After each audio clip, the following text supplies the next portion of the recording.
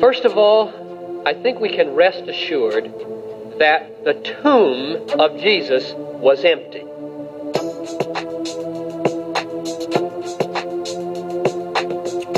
The preaching of Jesus as raised from the dead couldn't have lasted 1 hour in Jerusalem had that tomb not been empty.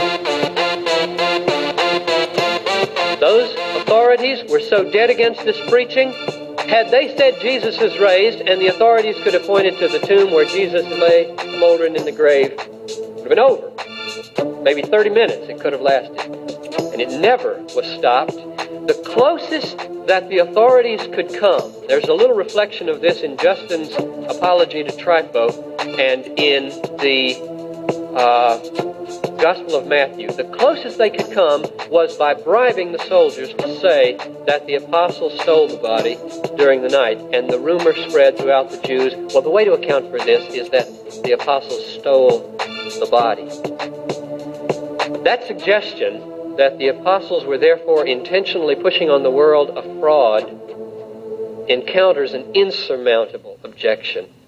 Namely, they were risking their lives for it. It is just as improbable that a person will risk his life for what he knows to be a fraud that it is that someone rise from the dead. It doesn't happen. It's a conundrum. It doesn't make sense. It's historically very improbable. Therefore, most critics don't buy that. They say, rather, that it was hallucinations, some kind of vision that the apostles had, and Jesus was not raised in any bodily sense, but they wanted him to be so bad that their imaginations got carried away and they saw him. And they really believed that that figment of their imaginations was him, and in all confidence began to preach that he was raised from the dead. But now, what's the evidence for such a claim? Where is there a clue to set your foot on historically that such a hypothesis can be so?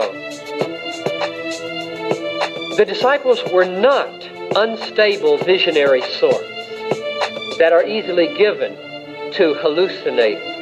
What we know of them from the Gospels is that they were ordinary, run-of-the-mill, practical, everyday business sorts who did not get carried away very easily. In fact, every Gospel that records an appearance of Jesus to the disciples says they didn't believe it. They were stubborn as could be. They were hard-headed. They did not believe easily. They were not gullible types at all.